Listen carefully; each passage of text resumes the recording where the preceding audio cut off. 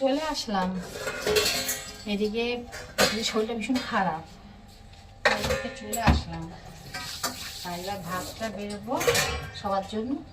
আর সত্যি বলতে কি কথা, এদিকে কড়াইতে তেলও দিয়ে দিয়েছি, এদিকে বড়াও ভাজবো।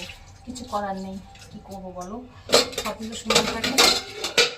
ভাবতে তোমাদের সাথে কথা বলি আর সবাইকে ভাতটা বেড়ে দিই। এদিকে বেলা অনেক হয়ে যাচ্ছে, আর সবাইকে যদি ভাজা ভেজে একবার ভাত দিতে হয় তো অনেক দেরি হয়ে যাবে। সবাই একটু সঙ্গে থাকো, একটু সাপোর্ট করো, সবার ভিডিওটা আমাকে একটু দেখো, তাহলে কী বলো তো, মনে হয় যে বন্ধুরা আমার পাশে আছে। তোমাদের সাপোর্টটা তো আমার খুব প্রয়োজন বলো। তাই আমি ভাত বাড়ি, হ্যাঁ, তার জন্য সবাইকে ভাত বেড়ে দিই।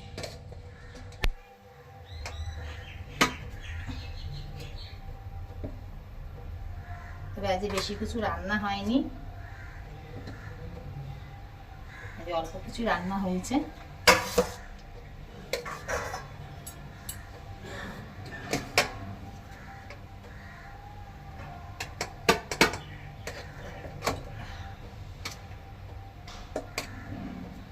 সবার জন্য ভাত বাড়ছি, ভাতটা বেড়ে যাবে, তারপর কথা বলছি তোমাদের সাথে। আমি স্নান করে চলে এসেছি,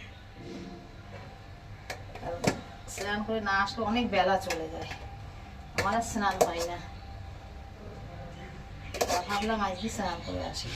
আর বাড়িতে তোমাদের তো আমি সবসময় বলি, বাড়িতে আমার অনেক লোকজন, সবাইকে খাবার দিতে হয়, এই জন্য আমাকে সবসময় অনেককে ভাত বাড়তে হয়।